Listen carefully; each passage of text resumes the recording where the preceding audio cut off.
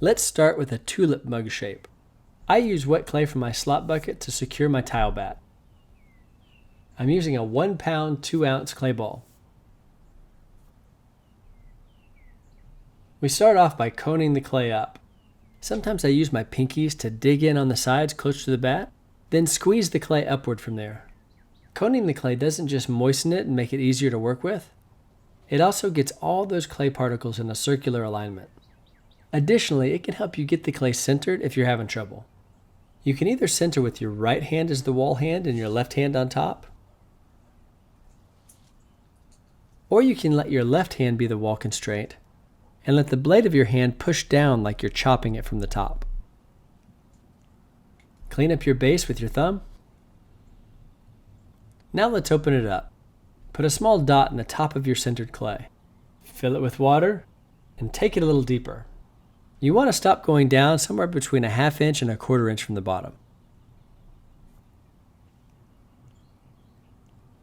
Now I insert my right thumb and move it laterally across the base, supporting it with my pointer finger on the opposite hand.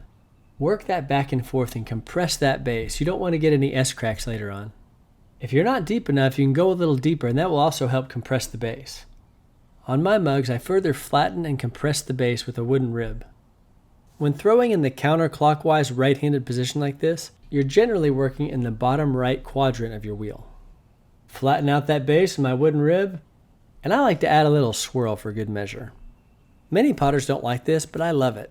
It's something that's hard to fake with a machine, and it reminds me of this swirl pattern we see all over in nature. Now let's start pulling up. The first thing I do is collar it in. That means bring the top part together kind of like a volcano. Next, I want to create a little tuft of clay at the bottom by digging in with my finger or my sponge. This tuft of clay will be what we pull up to get our vertical height. My left hand is kind of like a crab claw. My fingers on the inside and my thumb on the outside of the vessel. That distance between your thumb and fingers will help you gauge the thickness of your wall. My right hand is going to follow up behind the claw hand, pulling it up. I'll have water in my sponge to keep it lubricated along the way. You always want your two hands touching, acting as one tool as you make your pull. Grab that tuft of clay. While I'm trying to get vertical height, I'll make my pull up and inward, keeping that volcano pattern. Centripetal force will make it want to bow out, but try to keep it as a volcano until we're ready to give it its shape. Let's do another one. Collar it in. Create the tuft of clay. Start pulling it up and in.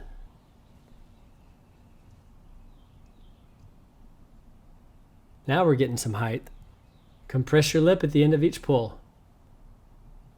I like to wet the walls and clean any water that's on the inside out. My shape's a little wider this time, so I'm going to pull it outward just a little bit.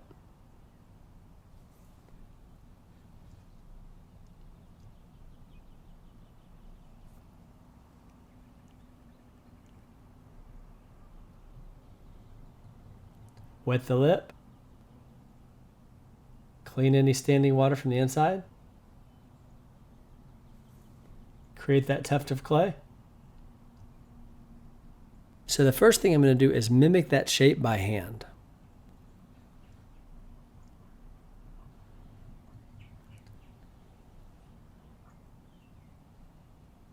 I'm going to use this wood rib to give it a nice clean curve. You always use wood ribs at an angle.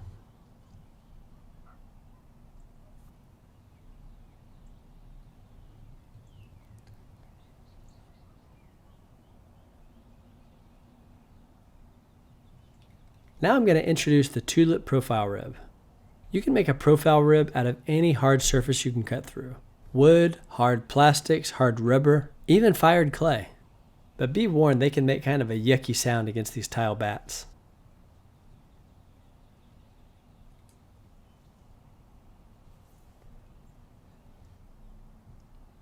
There we go. To clean up this lip, I can either cut it off with a needle tool, or I'm just going to press it down and fold it in and make that lip a little thicker.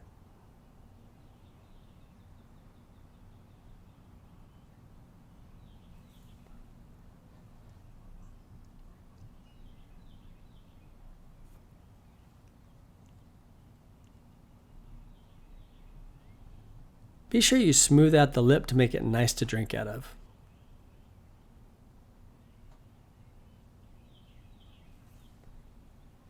Now I'll take my bat off the wheel and wait for it to dry. That will be a tulip mug.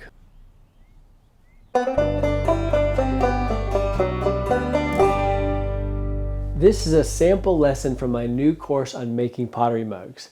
To find out more, go to mugsaremoney.com or click the link in the description below.